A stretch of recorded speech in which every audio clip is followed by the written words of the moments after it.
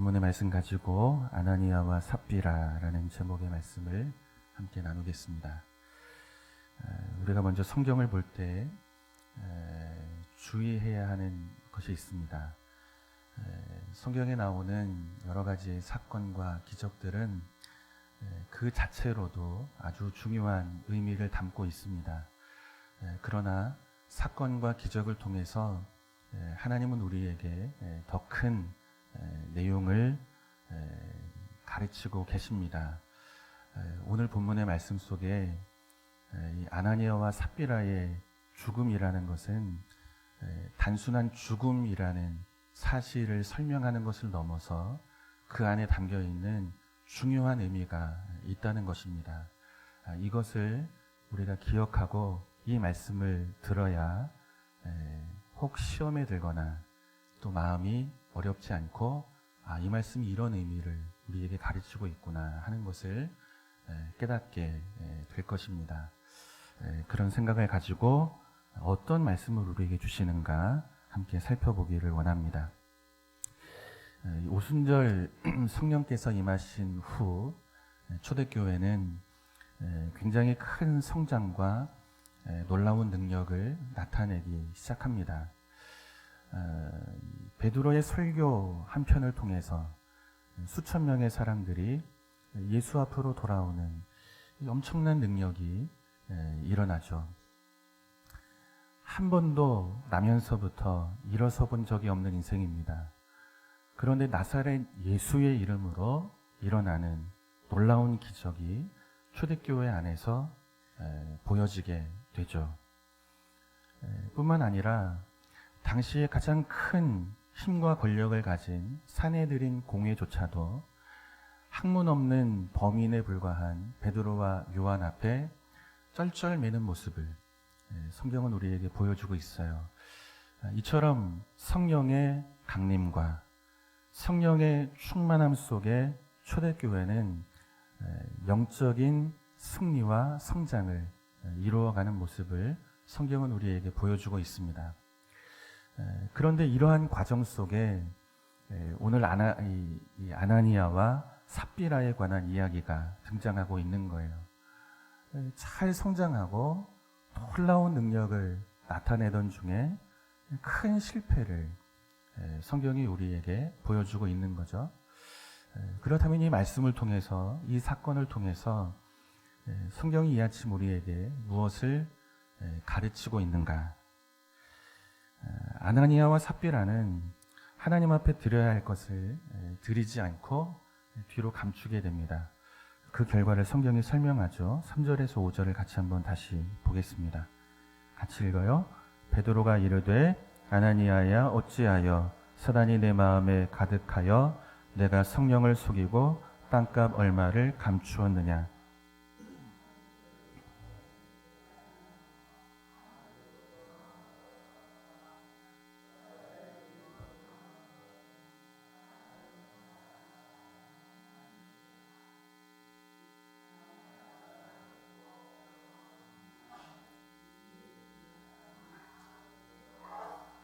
아멘.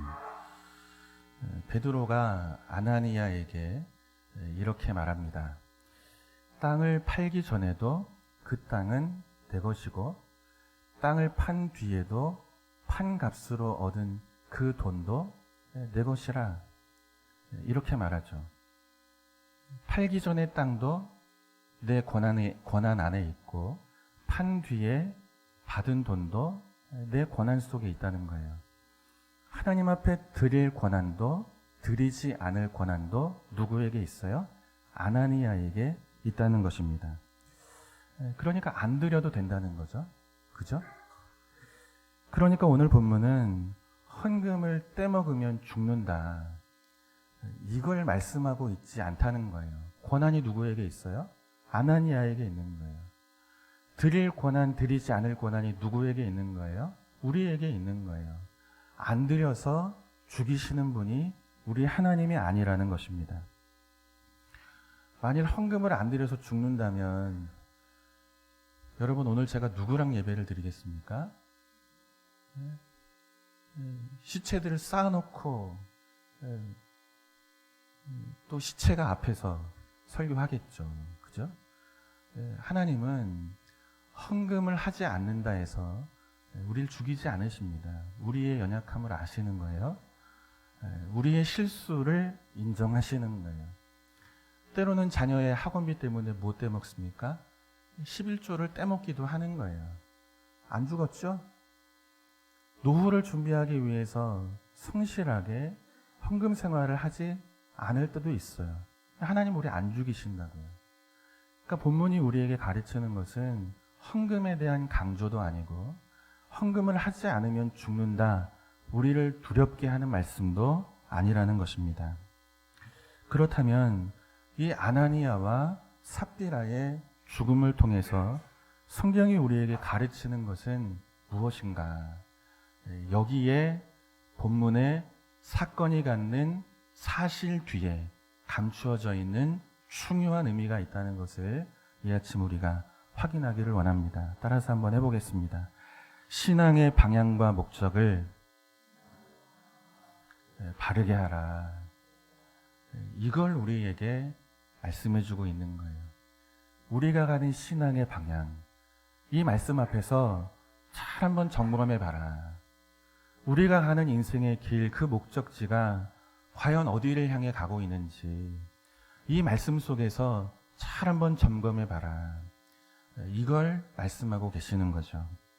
사도행전 4장 32절에서 37절의 말씀을 한번 보겠습니다. 한 절씩 봐요. 믿는 무리가 한 마음과 한 뜻이 되어 모든 물건을 서로 통용하고 자기 재물을 조금도 자기 것이라 하는 이가 하나도 없더라.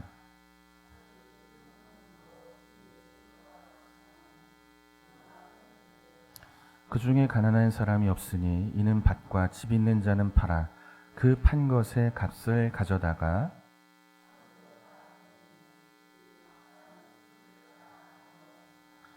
구브로에서 난 레위족 사람이 있으니 이름은 요셉이라 사도들이 일컬어 바나바라 번역하면 위로의 아들이라 하니.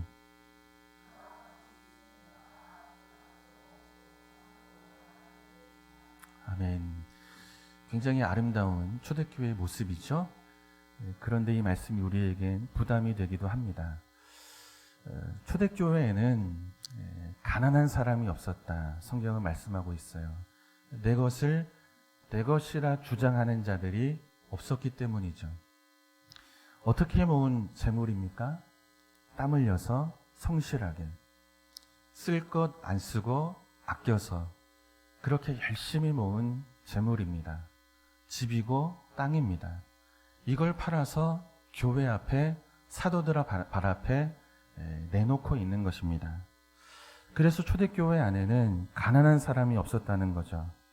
그런데 이들 중에 구브로 출신의 사람, 레위족 요셉이라는 사람이 있었다, 성경은 말씀하고 있습니다.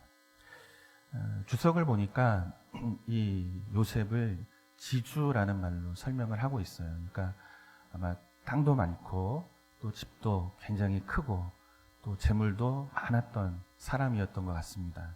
다 파는 거예요.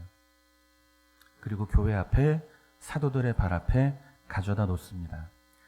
사도들은 이 요셉이 가지고 온 이 헌금을 통해서 교회 안에 가난한 사람들, 또 사역과 관련해서 필요한 여러 곳에 이 물질을 사용하게 되는 거죠. 그래서 훗날 요셉은 위로하는 자, 바나바라는 별명을 얻게 되는 것입니다. 많은 사람들이 칭찬하는 거죠. 높여주는 거예요. 참 대단한 사람이다. 그죠? 우리도 하기 어려운 일 아닙니까? 근데 그 일을 하고 있는 거예요. 교회를 위해서, 교회 안에 있는 지체들을 위해서 자신의 것을 기꺼이 내놓는 이 일을 섬기고 있는 거죠. 참 대단하다. 칭찬하고 이 요셉을 높여주고 있는 것입니다. 그런데 이 모습을 누가 봅니까? 아나니아와 삽비라가 보게 되는 거예요. 온 교회와 성도들이 요셉이 한 일을 칭찬하고 있는 것입니다. 당신은 우리를 위로하는 자 바나바라, 바나바를 높여주고 있는 거예요. 욕심이 생기는 거죠. 바나바가 얻었던 영광을 얻고 싶은 욕망이 아나니아와 삽비라의 마음을 충동질하고 있는 거예요. 나도 저 바나바처럼 사람들로부터 영광을 얻고 싶다. 사람들이 내 이름을 알아주고 나를 높여주기를 원하는 그 욕망이, 그 욕심이 아나니아와 삽비라의 마음을 충동질하고 있는 것입니다. 그래서 이들이 결심하죠. 돈을 주고 살이라. 이것이 오늘 본문이 우리에게 보여주고 있는 거예요. 아나니아와 삽비라가 헌금을 드리는 것이 아니고 돈을 내고 사람들로부터 영광을 사는 이 길을 그의 인생의 방향으로 정하고 있는 거예요.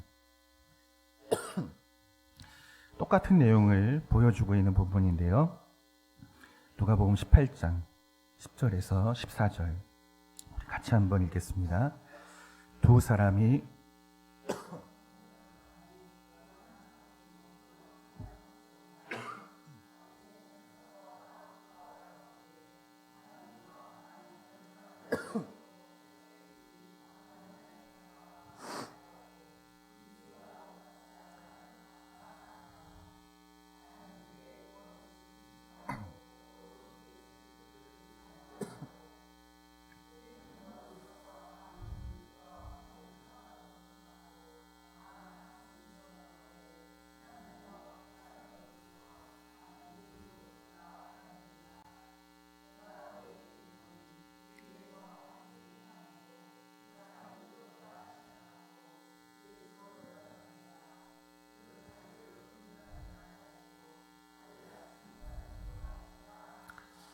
아멘. 바리새인의 신앙은 세리와 견주어서 훨씬 더 대단한 모습을 보여주고 있습니다. 토색하지 않는 거예요. 불의를 저지르지 않고 간음을 하지를 않는 것입니다. 일주일이면 2번씩 금식할 줄 아는 그런 경건한 모습을 바리새인은 가지고 있죠. 소득의 10의 1조를 철저히 드렸던 자가 바리새인이었다는 것입니다. 오늘로 말하면 아주 열심히 있는 그런 성도의 모습을 보여주고 있는 거죠.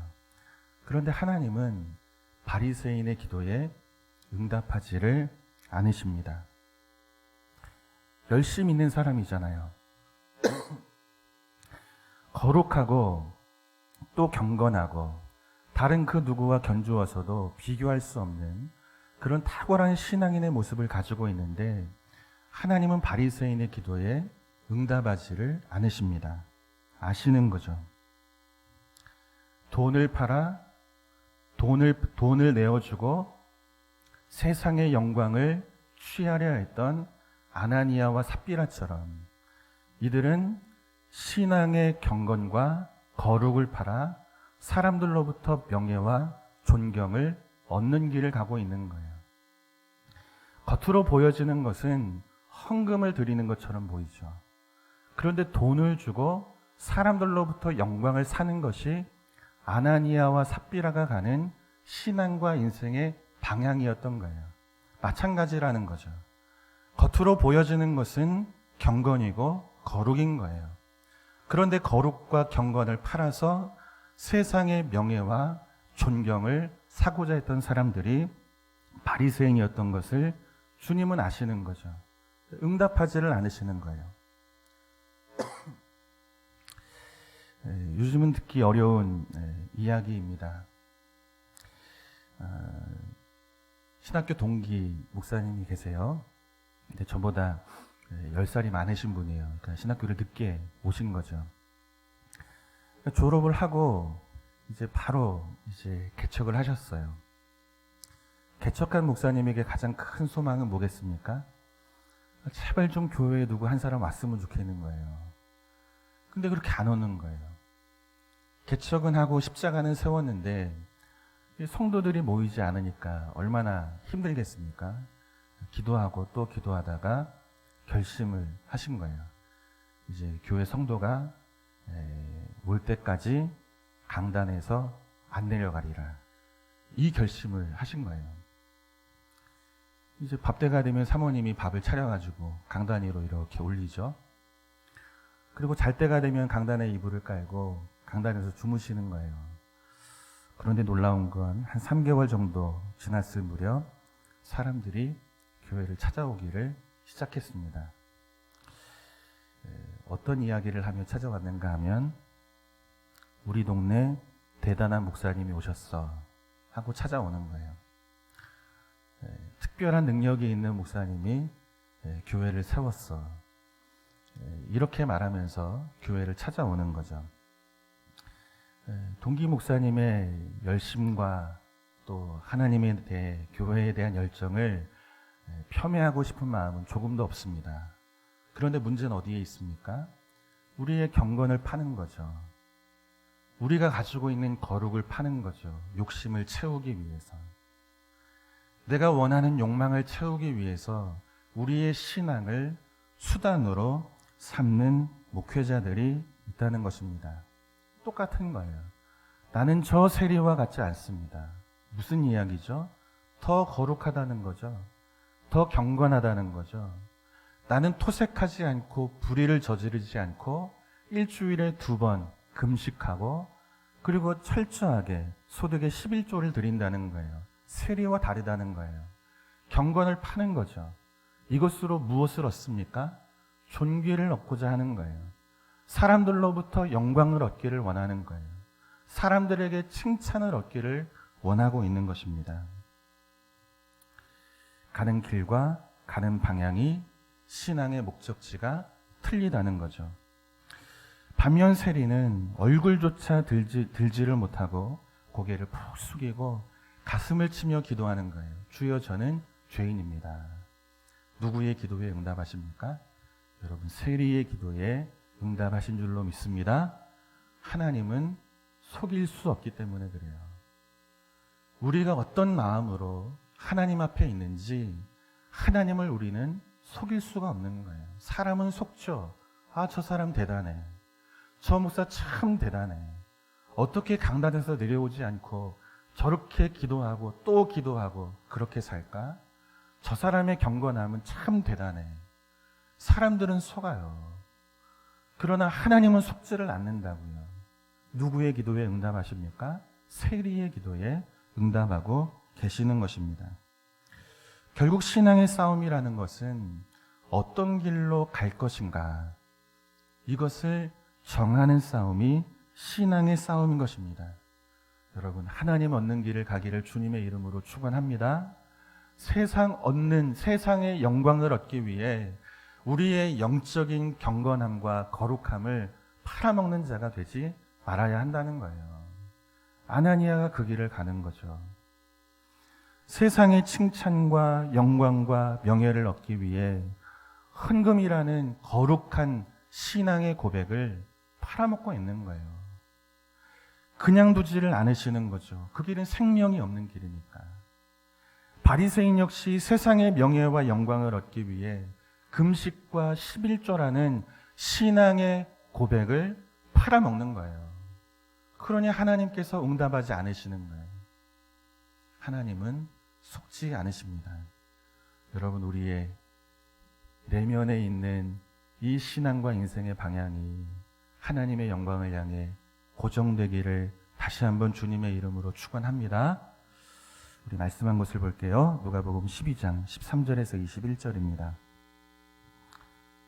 같이 한 절씩 보겠습니다. 무리 중에 한 사람이 이르되 선생님, 내 형을 명하여 유산을 나와 나누게 하소서 하니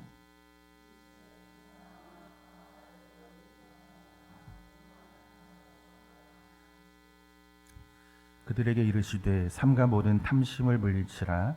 사람의 생명이 그 소유에 넉넉한 데 있지 아니하니라 하시고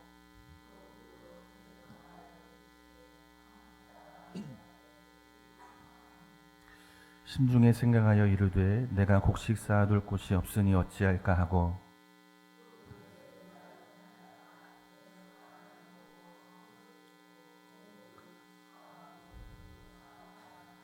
또 내가 내 영혼에게 이르되 영혼아 여러 해 쓸 물건을 많이 쌓아두었으니 평안히 쉬고 먹고 마시고 즐거워하자 하리라 하되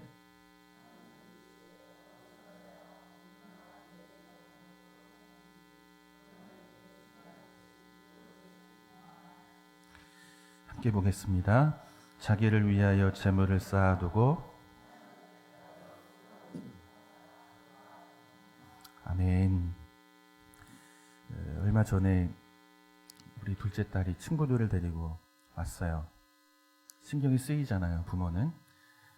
얘네 어떻게 뭐 해줘야 되나 하고. 그래서 우리 아이를 불러가지고 카드를 줬어요. 그리고 네가 먹고 싶은 거, 애들 쓰고 싶은 거 같이 써라. 이제 이러고 카드를 딱 줬습니다. 그랬더니 둘째 딸이 아빠인 저에게 세상 없이 친절하게 아주 상냥한 목소리로 평소에 듣지 못하던 그런 목소리로 이야기하는 거예요. 아빠 고마워. 그렇게.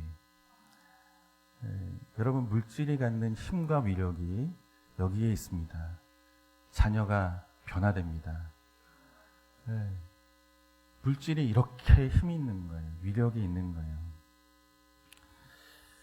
여러분, 돈으로 할 수 있는 일이 참 많습니다. 권력도 사죠. 내가 갖는 욕망, 욕심 다 채울 수 있습니다. 높은 자리 얼마든지 올라갈 수 있습니다.